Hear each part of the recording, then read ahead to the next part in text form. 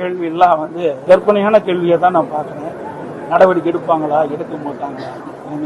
எவ்வளவு பெரிய துயரம் அதைத்தான் பார்க்கணும். இன்றைக்கு போன உயிர் மேல முடியும். நம்ம குடும்பத்தில் ஒருத்தர் இழந்தா நமக்கு எவ்வளவு வேதனை நினைக்கணும்.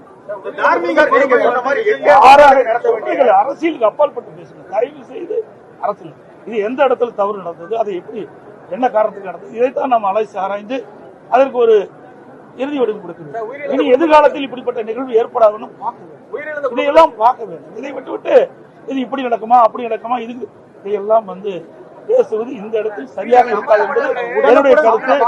அதிமுக ஆட்சி காலத்தில் மு.க. ஸ்டாலின் அவர்களின் எதிர்க்கட்சி அரசியலும், திமுக ஆட்சி காலத்தில் எடப்பாடி பழனிசாமி அவர்களின் எதிர்க்கட்சி அரசியலும் தற்போது அரசியல் நாகரிகம் என்ற பார்வையில் இணையத்தில் பரவலாக பேசப்பட்டு வருகிறது.